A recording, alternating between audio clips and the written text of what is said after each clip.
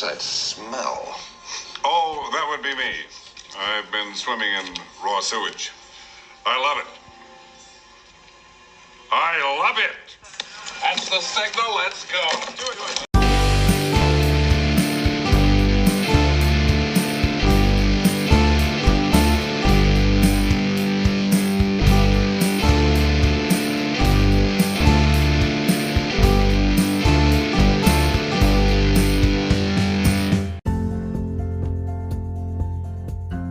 Time for another episode of Trimming the Musical Fat, the podcast where we trim albums that are too damn long. I'm Stephen Nicholson. And I'm Paul Nicholson.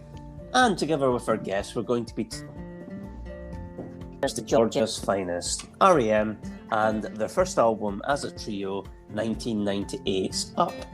What's going to make the under 50-minute single vinyl TTMF supercut of the album?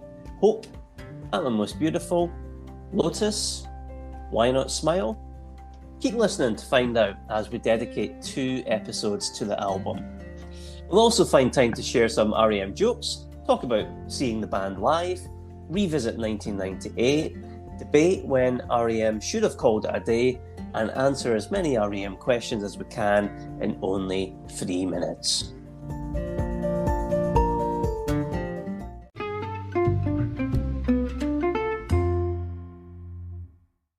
Why Not Smile, as it's time to introduce our guests.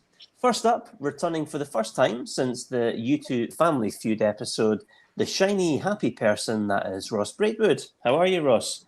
Very well, Stephen. Very well. Yourself? Good. Excellent. Oh, superb. On holiday now, so yeah, very superb. Awesome. Okay, and he talked Pink Floyd previously, but he's back for R.E.M. He's on the wine, not the Orange Crush this evening. It's Davy Mellon. How you doing, Davy? You're right, I'm on the wine. On the wine and feeling fine. Last, but by no means least, the man who likes to make everybody hurt. It's Paul Murphy. and make of that what you will. How you doing, Paul? Oh, I'm hurting. Okay, good. Well, you've got a couple hours of this, so it's going to hurt even more. So, guys, thanks for joining. And I suppose something that we need to discuss is this is the first time since we watched the Euro 2020 football tournament semi-finals over the last 2 nights. And we now know both Italy and England have made it into the final. So who are you tipping to win it come Sunday? Ross, maybe start with you. I think I've got money on Italy. Right. I've got money at the start before the tournament started, and I was hoping that would be the case that we would win it. But I think England, with home advantage and having a better centre forward, I think they'll do it. Interesting. What about you, Paul Murphy? I think Italy look like the better team, but I think England have just a bit more momentum behind them. I think, right. They looked a lot better last night, so I think England are going to win it. Ooh, Davy.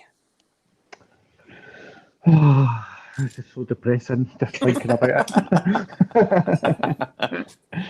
it. Well, I've got a couple of free bets on England, so I'll win a wee bit of money if they win it, but I just really don't want to think about it, to be fair. Okay. Italy have been absolutely class, and yeah, they have. Although they were pummeled by Spain at certain points, they still survived them, and I don't think England will be anywhere near as good as Spain, and so I think Italy will win it. Yeah, I'm kind of. I really don't know, actually. The team that I've enjoyed watching the most during the tournament has been Italy. I think it'll be a really good final. I think it'll be close. I wouldn't like to call it, although I'm delighted it finished as a draw last night on 90 minutes because it won me 25 quid. So happy days. What about you, brother Paul? I think it'll go to penalties, and I think Italy will win. Right. But I think it'll be a close game, and they've both done really well. But I don't know. I just fancy Italy on penalties. I don't know. I just think they've got that when they need to that final push. Yeah, Yeah, I don't know. It's tough, isn't it? I mean, yeah. I fancy Harry Kane to score again. 'Cause I think if he scores, he becomes the joint tournament top scorer with Ronaldo, doesn't he? If he scores another. So we're talking R.E.M. today, guys. When did you, or maybe go round you all to find out when you became a fan of theirs and see if you remember what was the first R.E.M. record or CD cassette you ever bought? So Paul, brother Paul, maybe start with you. Yeah, I think I was a bit late getting into them. I was aware of them around, like Stand in the Middle, and because they were kind of underground really then. Not literally underground, but They were hiding from the impending nuclear war. They weren't in the mainstream. But then I remember around 92 when Automatic for the People came out. In fact, the very day it came out, I was doing work experience at your work, remember, and you got the CD. Oh yeah, I forgot about that. And I remember just really enjoying Drive, the single, and just really from there, I really liked them. And I just remember thinking, what a horrible cover Automatic for the People is, but I actually like it now. But at the time, I remember thinking, oh, horrible. So I kind of like the next sort of the 3 albums, including that, and then I kind of lost a wee bit of interest in them, to be honest. Okay. But yeah. But you, Davey? Good stuff. Yeah, thanks, Paul. Davey? I think Big Brother Paul, he had a couple of the tapes. I think he had Out of Time, and I think it was like the best of tape. I can't remember what it was called. But used to hear him playing that, I thought, they're really good, eh? I think when they came out with Automatic for the People, I'll take your word for that. That was 92. Yeah. We're all, obviously it's on quite MTV quite a lot, and I think I eventually bought that in a petrol station on the way to France one year. Really? That was the first one I actually bought. Nice. But my brother had the other 2. Eponymous, I think it was called. Okay, yeah. I had all the early stuff with it. That was great. Okay, cool. What about you, Paul Murphy? Green was the first wow. one that Cool. first one that I got, and so like became aware of them. So yeah, it was what was that, 88 or something like that. It was just one of my friends at school. He had an older brother, and passing tapes around and stuff, and a lot of other sort of more indie bands as well at that time. Like I remember Pooh Sticks, I'm sure was one. But yeah, Green was the one that I first sort of heard. Yeah, cool. And what about you, Roscoe? So probably aware of them. It's probably going back to MTV and remember seeing songs like "One I Love" and "It's the End of the World," and then and I remember the video for "Sharing Happy People." Who can forget that one? Oh yeah, it's actually a decent song. It's one of the ones that felt naff at the time, but it's such a quick song. Not necessarily the best, but it was probably where I became a fan. Was when my brother bought Drive on single and then bought Automatic for the People on record. So I remember that. And to be fair, it was probably the first album I actually bought of R.E.M. was a few years later, was Reveal, I think. Was the first one. Because I didn't need to buy Automatic for the People because my brother had it, kind of thing. And so that's been kind of it. And I've just steadily bought more of the sort of back catalogue as time's going on. And it's probably a band I probably appreciate more now than I've ever done. It's one of these superb bands that have just a bit of longevity and just great melodic music. Yeah. I mean, I think for me, I was aware, very similar to yourself, Ross. You know, you were just aware of them, and Paul Murphy's you were aware of them, maybe like some of the stuff, and I think with obviously Out of Time in 91, that was when they really hit the mainstream, and I ended up buying. I can't remember which order I bought them, but I've got Out of Time, then Automatic for the People, or vice versa, within a week of each other. So to me, those 2 albums are like a double album because I bought them so close together. And they're 2 of my favourite albums. I think they're absolutely fantastic. And that was me. I was, after buying those 2, that was me in, and absolutely one of my favourite bands. I wanted to do a Trimming the Musical Fat podcast first, and this is a little treat for Ross. because I know this is his all-time favourite R.E.M. song. So I've got my keyboard here, and what I wanted to do is play for Ross his favourite R.E.M. song, just a little snippet of it, and we'll see if he can actually make out what the song actually is. Here... Go for it. Go for it. Okay, here we go. Oh, it's even better than that, Davey. Here we go, Ross. Your favourite R.E.M. song.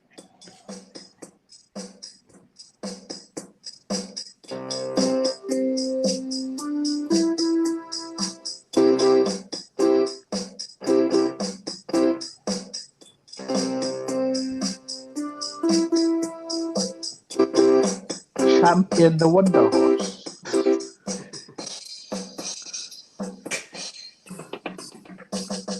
How special was that, guys? Is that Eurocrats has reformed? The world wishes, Paul. So, Ross, what was that song? I've not got a clue. Is it Airport Man? It is Airport Man. Is it, right? Yeah. Initially, I thought, right, you came my favourite song, and I thought, that's definitely not. Airport Man. I think that's going to be everybody's favourite from this album today. Okay, there's a little treat. So, but anyway, back to business. Thanks for joining us tonight, guys. It's time to take it all the way to Reno.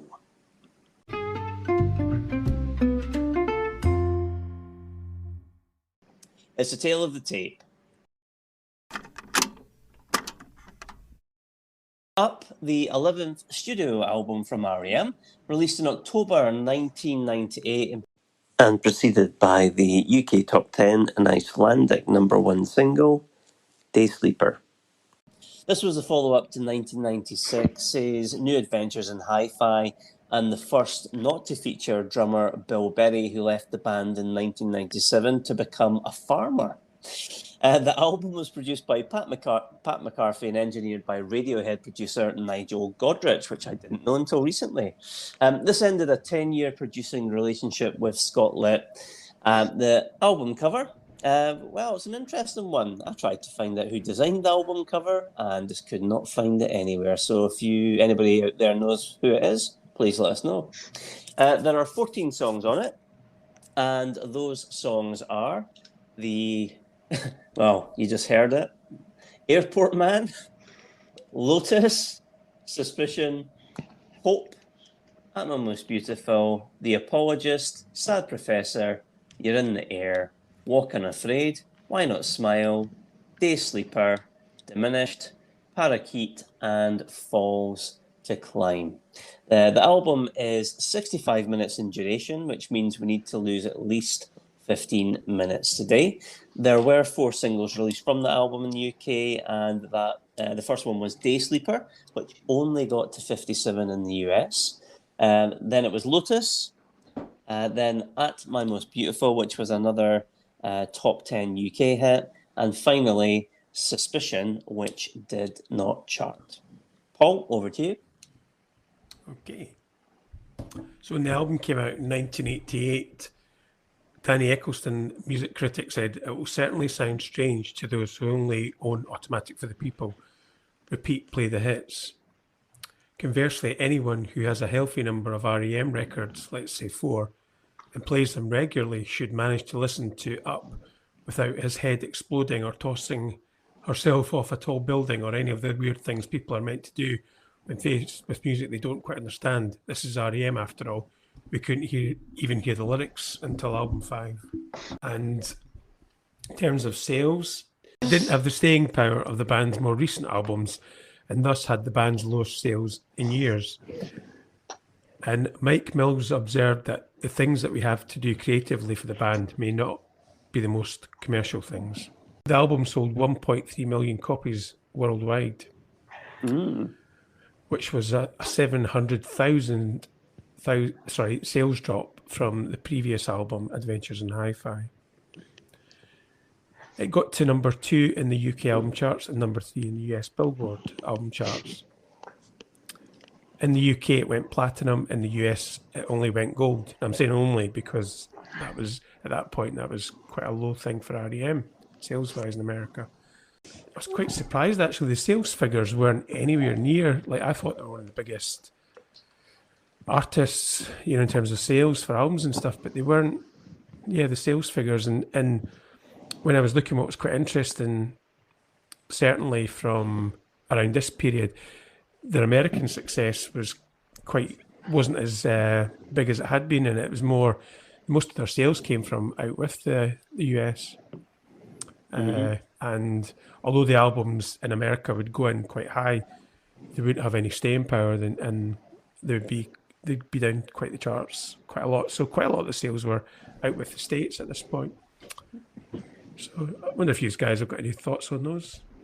I mean, I suppose like anything, it's like longevity. Is it 11 albums? Is it this was the 11th album? 11th, yeah. Yeah, I mean, it's quite a lot. And I think it's about the people. I think it's probably a natural thing that people just kind of eventually get sick of bands releasing stuff. Because that's quite prolific, isn't it? For 83, it was 83 to 98, 11 albums. That's pretty. I don't know if there's a bit of that, but America's a funny place though, where you can get bands who are, let's be honest, not particularly great, can sell millions and millions of albums, and you get other bands where probably musically they're better and probably more influential, but not necessarily reflects that. So, in some ways, it probably doesn't surprise me. I think the thing with the States though, that R.E.M. were always seen as like a bit of a college rock band, weren't they?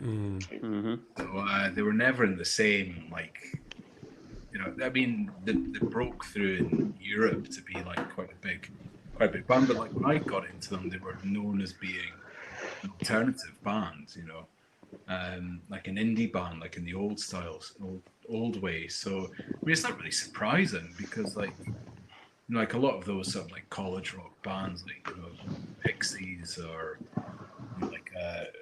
other ones like that never, they certainly did a lot better than them sales wise, but I think they were quite regional. I mean, if you sort of look at a lot of their original tours and stuff, they did a lot around sort of Georgia as well. So it's not, I don't think it's really that surprising that they weren't huge in America compared to here, where it's maybe a bit more, especially in the early 90s, like a lot of indie and alternative music went quite mainstream in Britain. I think you've got to factor in this. I mean, if in the 80s they were seen as very much an alternative college type band, and then they signed to a major label and released Green, which was a big success, and then Automatic for the people, Out of Time, then Automatic for the People were absolutely massive albums worldwide, including America. And at that point, they were probably vying with U2 as the biggest band in the world at that point, and had the sales to back it up. Monster was another monster success, but critically it wasn't as well received with fans. I think your casual fans, that's where people lost interest. And I think that what happened is by the time you get to New Adventures in Hi-Fi in 96, the musical landscape's starting to change again and move away from alternative music. And what had been popular as R.E.M. had really come to prominence. And I think that was just a natural thing. And I think their sound was changing where it was maybe more appealing to perhaps European audiences compared to American. They were starting, especially with this album, starting to move away from what they were perhaps known for. And so I think their obviously appeal in America became more selective at that point. But yeah, I mean, I think obviously Out of Time, Automatic for the People, and Monster were the three huge selling albums from R.E.M. Yeah. I think they could help hold their own in the 90s as well, because the British music scene was thriving at that time, especially with Britpop and indie music coming out, and you had like bands like Blur were actually supporting R.E.M. That's how big they were at the time. So, they really encapsulated the 90s for me. Yeah, I think what was interesting as well with Up was that it was not technically the first album that was released on their new contract. No, it was New Adventures in Hi-Fi, I think. No, because I think that was actually still under their old contract, although they'd signed it beforehand. Did they sign it after that? So Yeah, so that was the last album on their on their old contract. So you don't know if 6 there's new million or releases of something. it Yeah. that Oh, yeah, it's massive, yeah. they've got like the money. What was it, like 60 million? Yeah. 60 million, 56 or something, yeah. They've got the money, and it's kind of like, right, we're going to take it easy a bit. We've got the advance. We can just chill a bit. Yeah, no, we're going to Experiment lose even we're going to more. lose one of our founding members and change our sound. That's not necessarily a bad thing, though. I mean, obviously the guy leaving, and that's sometimes you lose something, and when you lose, not necessarily. I don't know how involved Paul Berry was in terms of the writing of the music, but It was, yeah. but I don't know if there's just something as well, just around just losing that founding member. Just you lose something in there that makes the band just come together, and it's a bit of that. But then they were what, maybe by that point, once you get to Monster, what, maybe 8-9 albums in, you want to see bands, going into different territories and trying different styles of music rather than just keep repeating themselves. I think they've done the right thing. It's just whether they can produce the same level of music. That's the hard part. But that's for everybody. That's always a hard thing. Thanks for that. So we're now going to go through the top 10 best-selling singles of that year, 1998. Okay. So we're going to start at number 10, Never Ever by All Saints. At number 9, Together Again by Janet Jackson. At number 8, Iris by the Goo Goo Dolls. At number 7, Torn by Natalie Imbruglia.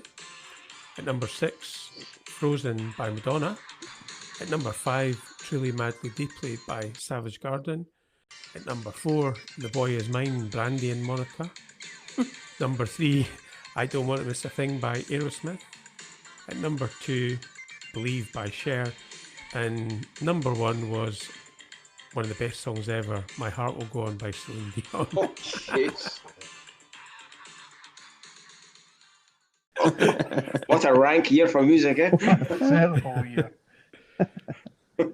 Wow. Wow. Yes. So what do you think about that top 10 then? I mean, a couple of I've got to say, I've got to say, Iris. That's a great song. It's one of the ones where it's one of the bands I've never ever got around to buying any of their albums, but I remember that song came out. I actually might have featured in a film. I can't mind if I did or not. But yeah, just a terrific melodic guitar track. Not heard it for quite a long time, but brilliant song. I'm going to say that women ruling the roost in that top 10, aren't they? Yeah.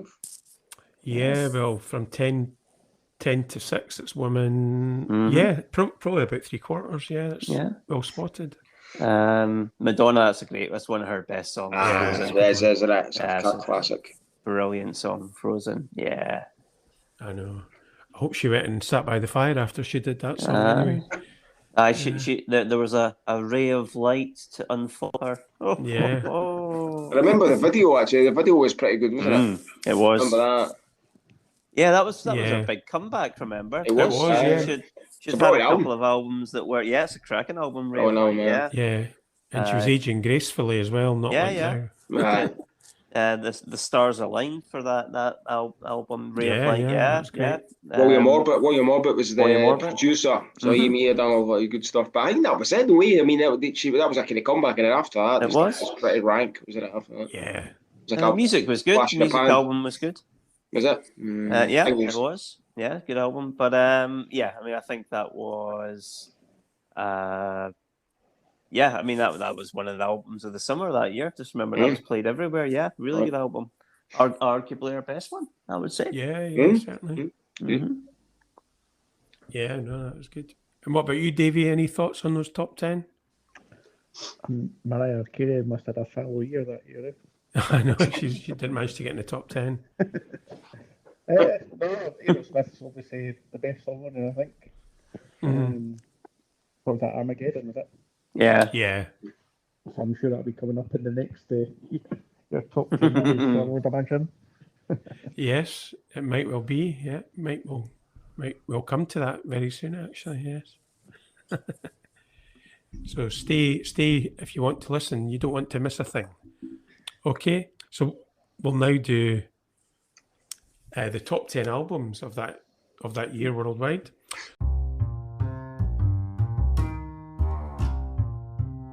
So at number 10 was Mezzanine by Massive Attack. At number 9 was The Hits by Phil Collins, a favourite of Noel Gallagher, of course. And at number 8 was Hello Nasty by the Beastie Boys. At number 7 was The Best of 1980 to 1990 by U2. At number 6 was Supposed Former Infatuation Junkie by Alanis Morissette. At number 5 was Number Ones by Mariah Carey. At number 4, The Miseducation of Lauryn Hill by Lauryn Hill. At number 3, we talked about it before, was Madonna's Ray of Light. At number 2 was Titanic by Celine Dion and James Horner. And at number 1, the top album that year, I'm sure you all had it in your collection, was Coming Over by Shania Twain. Oh, jeez.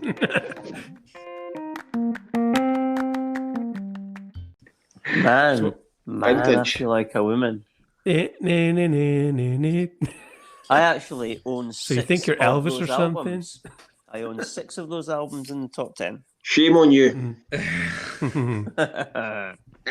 not in the top 10, Ross. I've got. I mean, Mezzanine's are fantastic. It's a brilliant album. I remember that came out. Was it Teardrop? Fantastic song. Yeah, brilliant song. Remember the video, actually, again, another brilliant video. But Miseducation of Lauryn Hill, which again I bought when it first came out. Still got it, actually. And it's just a fantastic album, what to say. It still is. If for anybody who's no checked it out, worth a go. It's not really the kind of music that I'm into, I've got to say, but it's fantastic, start to finish. The Beastie Boys album's really good. Hello Nasty. Yeah. For me, that was their last really great album. Is that the album cover where it's like almost like they're opening a tin can Yeah, or something? that's the one. That one. That's Yeah, the it's one. got a cool cover. I like Yeah, it. it's got intergalactic Aye. body moving on that one. Yeah. Intergalactic, yeah, it's a brilliant song, isn't it? Yeah. Is Sabotage on that? No, that was on their 94 album. All right, Yeah. okay. I managed to see 2 of those albums played in their entirety live. Oh, really? Getting to our age, they do 20th anniversary gigs when they Yeah. just play the entire album, which is I Is that never Phil knew you'd Collins? seen. Phil I never knew Collins, you'd yeah? seen Shania Twain before, David.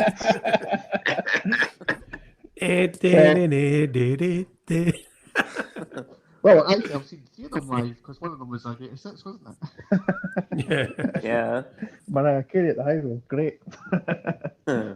But no, I'd seen they played Massive Attack, played Mezzanine at the Hydro a couple of years ago, and Lauryn Hill, she did a Miseducation of Lauryn Hill. So I was like right at the front of that. But, yeah, right. Which is a bit strange, the live version of that, because she seemed to. I think she just didn't want to be there. She just tried to batter through the songs by singing them as fast as she could. Slow down a bit. And it was like it's kind of a bit like a Zoolander thing where she couldn't look right. So I was on stage. I was stage left.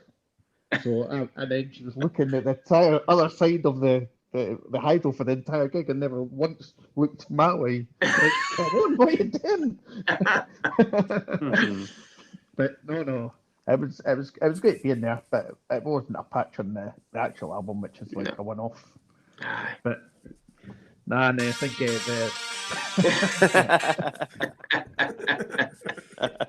Sorry, Shania was joining us.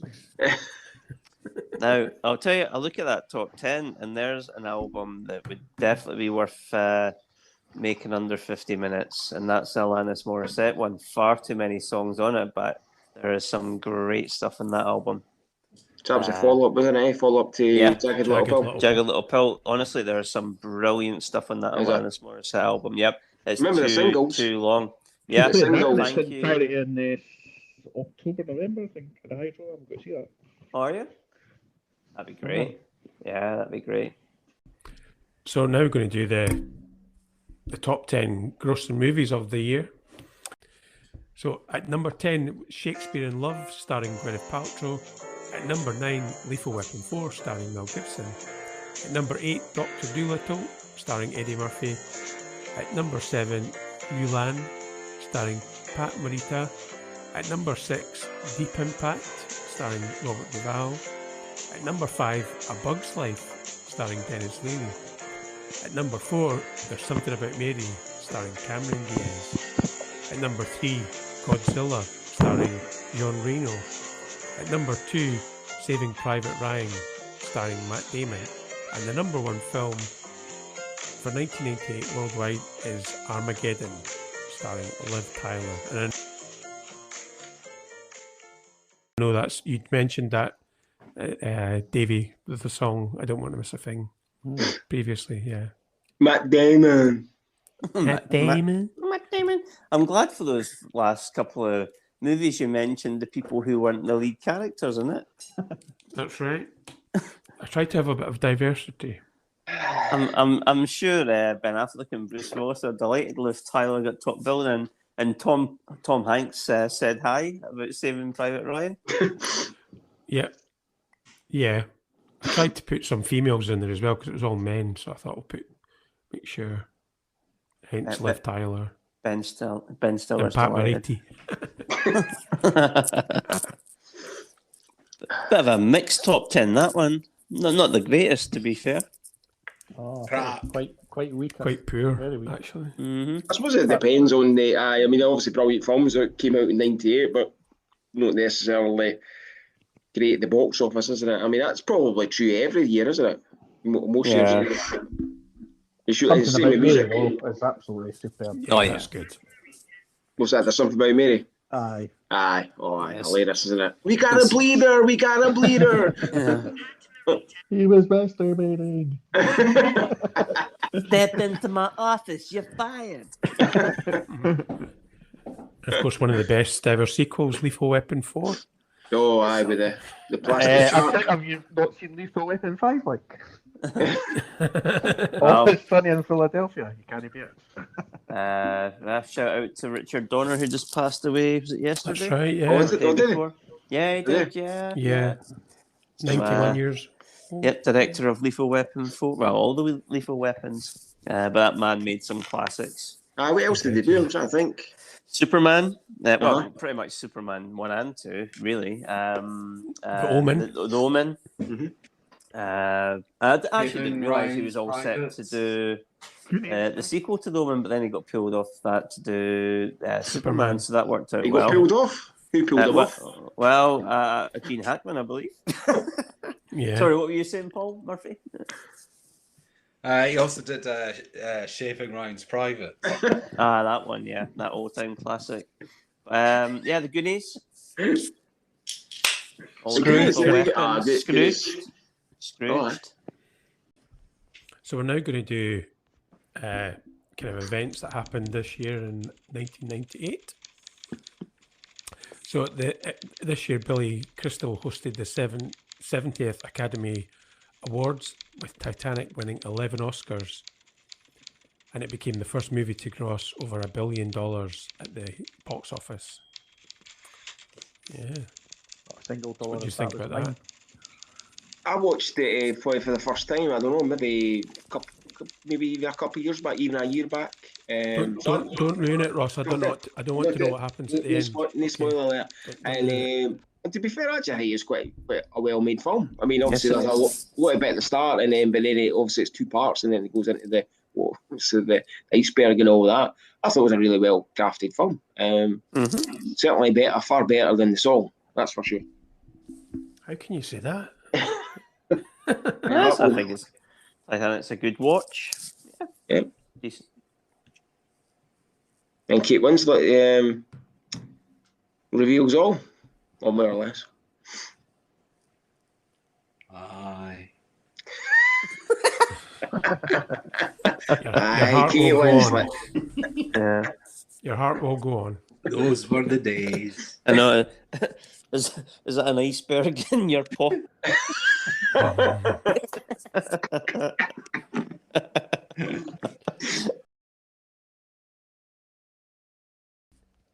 And following that, the last football World Cup of the century is held in France, which is eventually won by the hosts in a 3-0 victory over Brazil. This would also prove to be the last time Scotland qualified for the World Cup to date. Yeah. Okay, and the last event this year, which is a big thing for people who are doing the podcast, it was Heart of Midlothian Football Club won the Scottish Cup this year, and it was their first silverware for 36 years. Okay then, so that's the 3 news stories of 1998.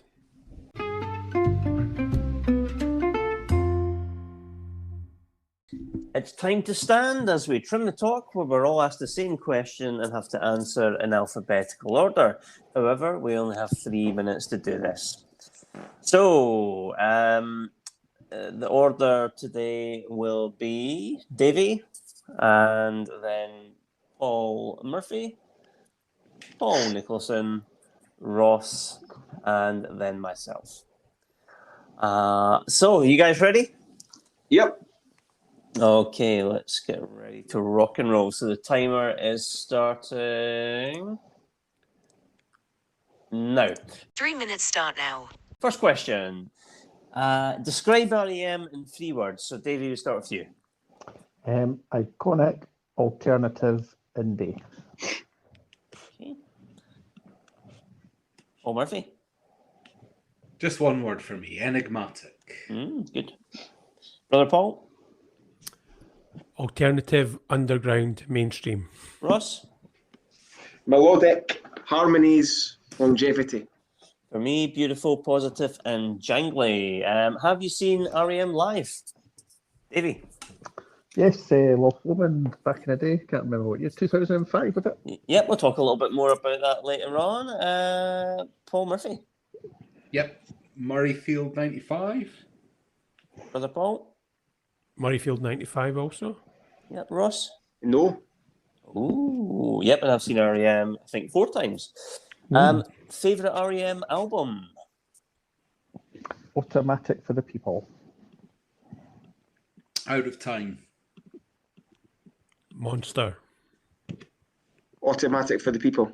Automatic for the People. Favorite 2 minutes left. R.E.M. song? Country Feedback. Man on the Moon.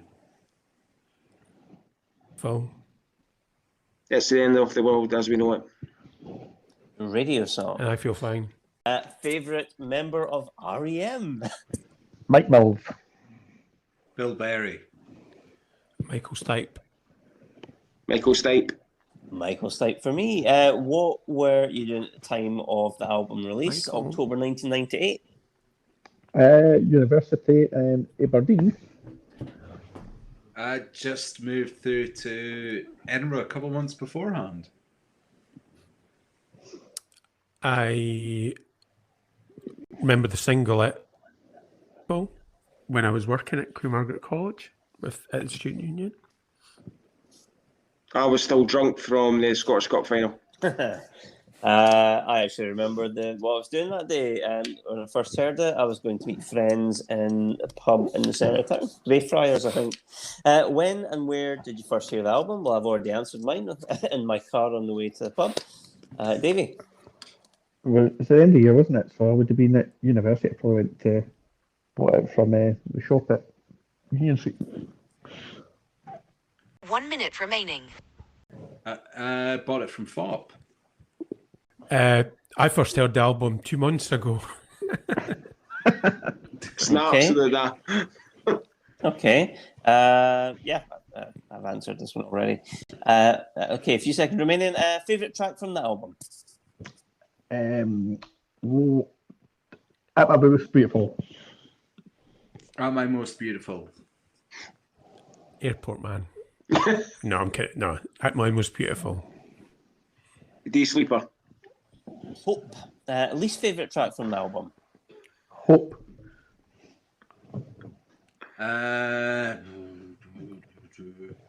Either Airport Man or 30 seconds to go. We need one answer. Come on, we're on a timer. 1 and 2. Hope. Airport Man. Airport Man. Airport Man. And final question, album rating out of 5. 3.5. 2. 2. 3. 3.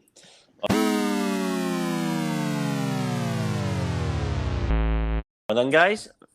So that is our question. So I want to maybe at this point just pick up on your general thoughts about the album, and then we'll maybe talk about seeing R.E.M. live. So I'll maybe kick us off for this one, just my thoughts on the album. So I bought it obviously when it came out, and actually what's quite interesting about it is I'm kind of not being fair to it, because at the gym this afternoon I was listening to the new Apple Dolby Atmos mixes of the R.E.M.'s Automatic for the People and the Beatles' Sgt. Pepper's Lonely Hearts Club Band.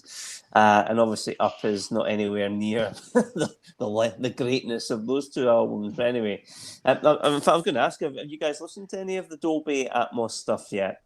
No, not yet. No. No, not yet. No. Yeah. It's impressive, Yeah, Paul, it's isn't great. it? Yeah, it's really brilliant. good. Yeah. Really good. You work for Dolby, Stephen. I know. I want percentage points. That's to get Tam adverts on. Dolby I that know. invented it, wasn't it? Tam Dolby. So yeah, but coming back to the album, I think you need to remember that 1998. This was a huge change in sound for the band, much more electronic influence than any of the previous music, and I think that took a bit of an adjustment, and I think they lost a fair bit of their audience in the US because of that. But I like my favourite bands doing something different, and I think some of the songs work within that newer sound and others don't. And I think the album itself, I do tend to go back to this one from time to time to give it a listen. So it's not like some other things where you don't listen to it after the year you bought it. I do go back and listen to this from time to time.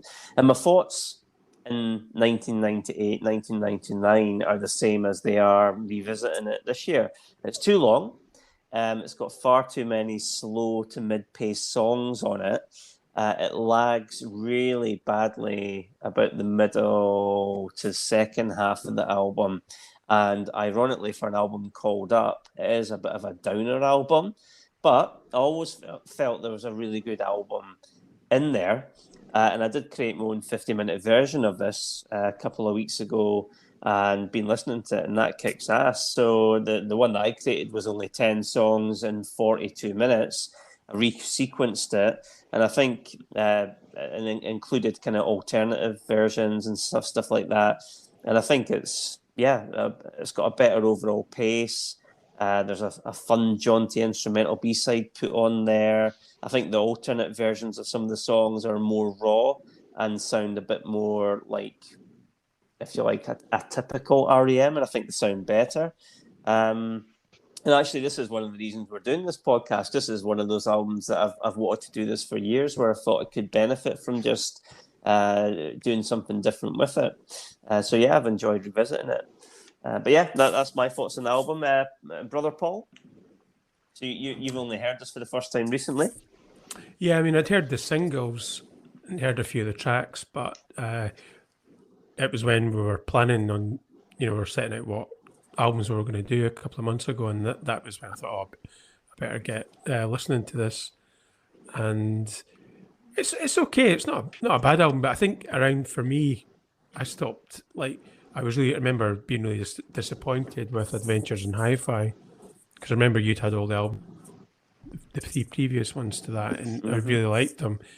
And Monster for me was like I really felt that was their best one. And then, so at this point, really, my interest in them had kind of waned a bit, really. Although I loved the singles from the album. But yeah. So Paul Murphy, you obviously got into R.E.M around about Green time. So what were you thinking of this album when it came out? Yeah, I mean, it's. I remember being a bit underwhelmed by it at the time, and going back to and listening to it now, I just don't think it's a very good album. It's. I mean, I remember when it came out, it was like promoted as being this is like a big change for them. They've Bill Berry's not with them anymore, and it's like they're a trio, and they're going to be focusing on electronic music. And the first few songs are kind of like that. It sounds a bit like Air or Beck. It sounds very much of the late 90s, and then it kind of sort of begins to just descend into like typical R.E.M. songs, but not great ones. So it's like it doesn't quite know what the album needs to be. So I remember at the time I thought it was a bit, it was okay. I mean, I remember listening to it and think, sticking it on, and then it was one of those ones I never really went back to and listened to again. But going back to it, it's really not a great album. Yeah, it doesn't know quite what it wants to be. Okay. I think they're missing direction on it. Okay. Roscoe? Well, I suppose I've only really knew the singles. I don't know the album that long. It's probably only been a couple of months. I think I've had it. Although I have listened to it quite a bit, quite extensively, and it's. I think in my initial thoughts were, this is not very good, but it's like anything. It kind of the songs grow, and you have to do it with albums. You have to give them a chance to kind of get into your brain, and it's probably got the singles. Well, at least 3 of the singles, very good songs. It's then got, I think, really good album tracks as well that I didn't know before. But there is there's a couple of there's definitely 3 or 4 songs that didn't make it on my sort of final cut. And then also just to go with, in terms of some additional alternative versions that you had up, Stephen, in terms of I picked one of the sort of the live studio version of one of the songs, and it's like anything, it's just subtle things where a producer produces an album and then sometimes you hear a different version, and it's subtle differences, but it's just a far better song. And I think that's probably the song I actually picked in the end. So Why Not Smile? Yeah, picked that version. It's just a bit better, and maybe it'd be interesting to hear alternate studio versions of all the songs, and you had that as an album, would actually sound better. It's maybe it's how it's produced, or maybe the songs just are quite up to speed. But I think a decent album. I think it's not a shocking album. It's certainly not. But they've definitely done better before and after. Okay, what do you think, Davey? No, R.E.M. are pretty much, up until they disbanded anyway, were pretty much part of the soundtrack of my life, because I can remember every album, or most of the albums from Green onward, like coming about at exact points in my life. So it was more like an event when one of your favourite bands releases an album. You would actually take the time to go and walk down to the shops on the day it came out and then buy it, and it was just spending your £10 or whatever. It was like it was one of these great things to do. And then I really loved the New Adventures in Hi-Fi, and I thought that was a great album. So it was interested to hear what this album would be like. And I remember buying it from a shop in Aberdeen, a wee independent shop, kind of like a flop, and taking it home and listening to it for the first time. And it started off really chilled out. I mean, Airport Mass isn't the best, but at the time I thought it was quite interesting the way that they were going, and they quite relied on a lot of drum machine type things, because obviously Bill Berry wasn't kicking about anymore. He decided to go buy the farm, but in a good way. But no, it was just one of these things that they were great. Yeah, thanks. I think re-listening to it recently, like I thought I'd have a wee skip through it just to try and figure out what songs I'm going to put on. So we just listened to the intros of all the songs and all that. Well, that's rubbish, that's rubbish, that's rubbish, that's rubbish, that's rubbish, that's rubbish. But it wasn't until I actually went put it on and actually listened to the album when that's actually really good. It's not as bad. Grand, thank you, Davey. So that's our kind of thoughts on the album, general overview.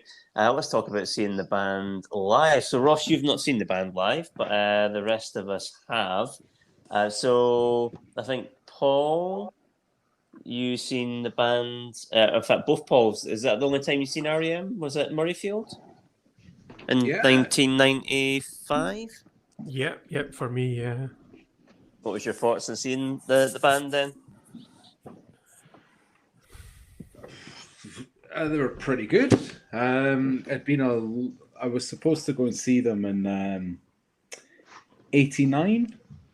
Wow. I had tickets bought for me by my cousin at the Barlands, but I was too young because it was an 18 only entry, so I couldn't go as part of the Wow. great tour. And then they never toured again until I think '95. So yeah, it was a long time waiting for it. Oh, that sucks. That would have been amazing at the Barrowlands. You'll get a fake ID, no? I don't think I would have got away with it at 14. That's a real shame. So yeah, you enjoyed the show in 1995, and Brother Paul? I was a bit disappointed actually with the show. I mean, I liked the set list and everything, and because Monster had not long been out, and it was like a brilliant song, and it was a great song to start off the gig as well, and I liked that style. But I don't know, I was a wee bit underwhelmed actually. Yeah. Who supported? It was the Cranberries that supported. Yeah, the Cranberries. Yeah. Yeah. Yeah. Davey, were you at Murrayfield? No, well, funny you should say that because I actually really wanted to go, but I never got a ticket. But like, you know where Murrayfield is, and I lived at Blackford Bank at the time, so Blackford Hill area, and I could literally hear what they were singing in my back garden. The sound travelled that far, but obviously you probably can't play music that loud these days. So, but no, it was interesting to hear. You just sit there going, wishing I was there. But the first time I seen them live was at Loch Lomond with yourself, Brian, a few others who I can't remember who were there. My wife. Was she? She was. Did she come there? I don't remember. She loves R.E.M. But I remember like just being in the pub before it and missing half the support acts because it was like a big, almost like a festival type thing that R.E.M were playing. But I never really went to gigs much in those days. I didn't really start going to gigs till I was in my 30s. So it was one of the main ones that I'd been to in my 20s, and that's when I discovered that people quite like to chuck piss in bottles at the band. I was like, right. What are you doing? Yeah, I know. It's like it's one of those things. It's how does that compute? Why? Just why? Why would you do that? I was like, this is why I don't come to Glasgow area. They chuck piss at bands. Just come to Edinburgh. I'm sure Michael Stipe at one point was. He nearly walked off, aye. Yeah, that's it. I think he used a couple of naughty words to say that if somebody did that again, there was going to be repercussions. Having a wee look at the set list on that, I think the only song we played from Up was Walking Afraid. Yeah, that was always in their set, yeah. Which is tremendous, but they didn't play anything else off Up. Which considering it was only a couple of albums before, they didn't. Didn't do Day Sleeper, no? No. That's interesting.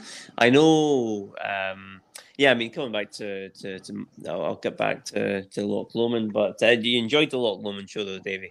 And they didn't actually play It's the End of the World and I Feel Fine at the end. Did they not? It was Man in the Moon they finished with. Oh, okay. You enjoyed the show though, yeah?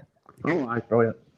Yeah, so I seen them for the first time in 1995 in Murrayfield in Edinburgh. Enjoyed it. Thought it was a good show, not a great show.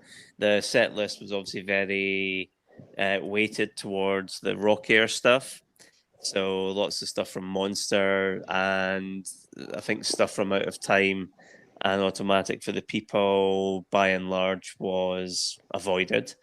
The next time I saw them was in 1999 when they were touring that album.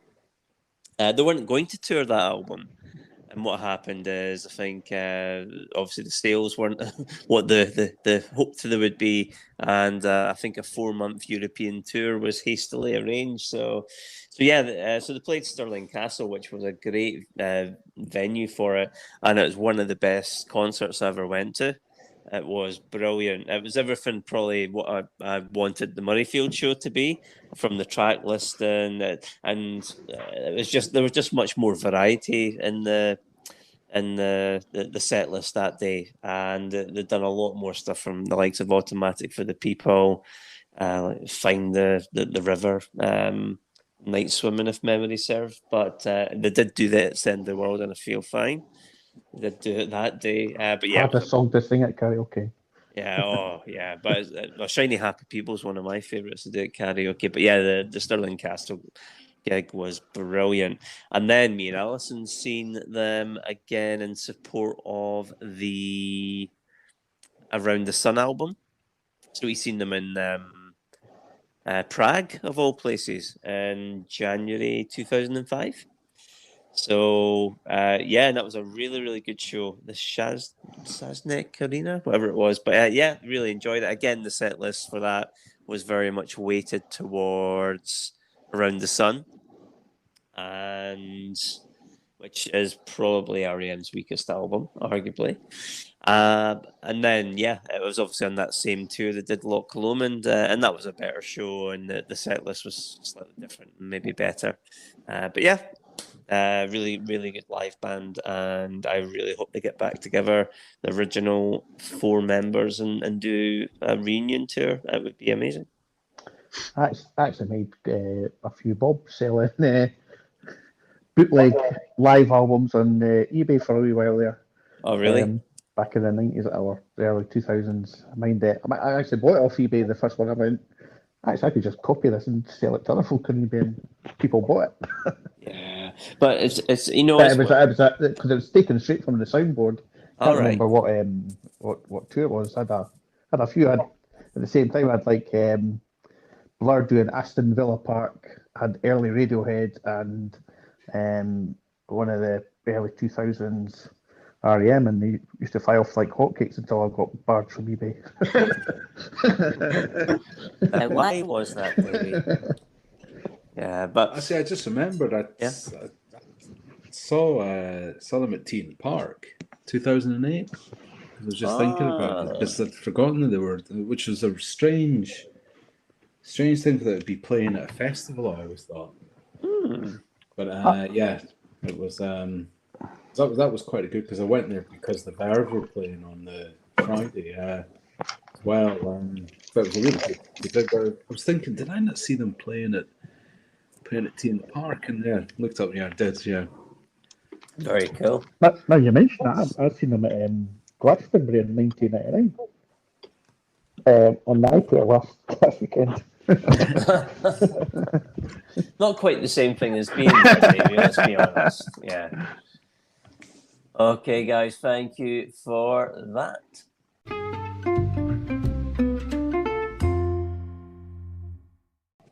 Who will be the king of comedy as we share some R.E.M jokes? So has anybody got any they would like to share? I think they all have, but they'll end with the same punchline, I think. That's me in the corner. Well, I was actually in an Indian restaurant when I found out that they split up and actually fainted. That's me in the corner. Oh God. I remember. I can't believe I found out when R.E.M split up. I suppose the rest of the band just weren't Michael's type.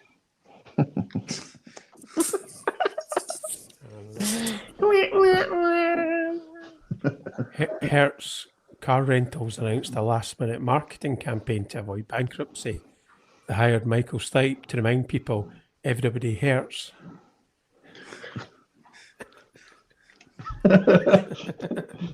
When R.E.M met the Queen, she held up an envelope and then said, "That's me in the corner." So when's the joke starting? Sorry, I know. when's the joke starting? Now that you're coming out with one, Roscott. All right, I think we'll knock that one on the head very quickly.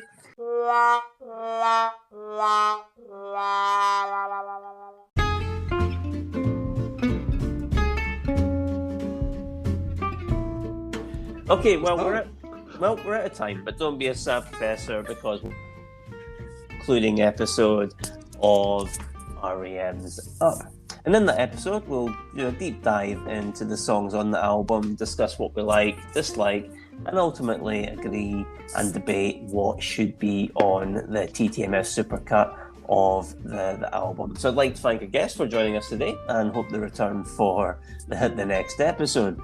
If you want to catch up with what we're doing in the meantime, you can check us out on our website, which is www.trimmingthemusicalfat.com. And we're also on social media, so you can see us on Facebook, Instagram, and on YouTube. And we're now also on Twitter, and the Twitter handle, Paul, is Musical Trimming. Musical Trimming, excellent. So you can get in touch with us through that. So get up, do something fun, and remember to come back for the concluding episode of R.E.M's Up. Goodbye.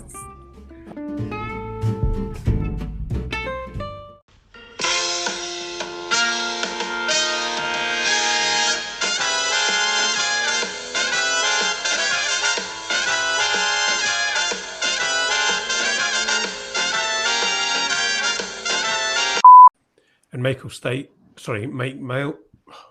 Can we do that bit again? I was going to say Mike Myers. Yeah, baby. You like Sales R.E.M, feels baby? good, baby. Groovy. At number 7, Mulan, starring Pat Morita. At number 6, Deep Impact, starring Robert Mulan. Duvall. Mulan.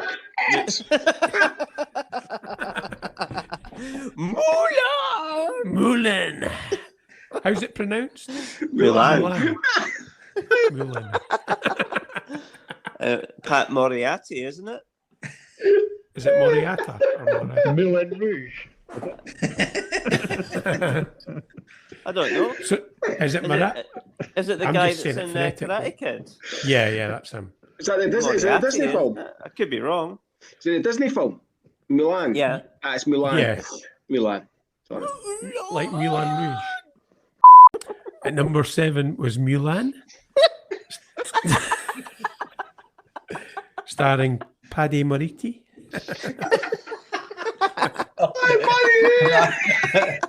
Moretti, is he Italian? That Italian guy. Pat Moretti from the Karate Kid. It's Paddy Murray. It's Paddy Murray. Wax on, no, wax off. Mr. Miyagi. You should just say starring Mr. Miyagi. Oh, that's right. He starred in Mulan. Right. Already Paddy Moretti. Right. from Paddy Moretti from Rome. Okay, here we go. Favorite member of Michael Stipe?